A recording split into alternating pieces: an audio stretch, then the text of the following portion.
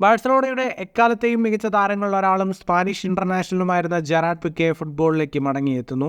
ഇത്തവണ കളിക്കാരനായല്ല, പരിശീലകന്റെ വേഷമാണ് പിക്കെ അണിയുന്നത്. കരിയറിന്റെ ഭൂരിഭാഗവും ബാഴ്സലോണയ്ക്കൊപ്പം പന്ത് തട്ടിയ പിക്കെ 2022 നവംബറിലാണ് പ്രൊഫഷണൽ ഫുട്ബോളിൽ നിന്ന് വിരമിച്ചത്. ബാഴ്സ കൂടാതെ മാഞ്ചസ്റ്റർ യുണൈറ്റഡിലും പിക്കെ കളിച്ചിട്ടുണ്ട്. 18 വർഷം നീണ്ട കരിയറിൽ പിക്കെ ആകെ 35 കിരീടങ്ങൾ നേടി.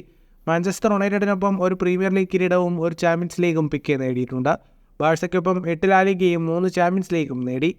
സ്പെയിനൊപ്പം യൂറോ കപ്പും ലോകകപ്പും നേടിയ താരം കൂടിയാണ് പിക്കെ. ഇത് പുതുവർഷമാണ്.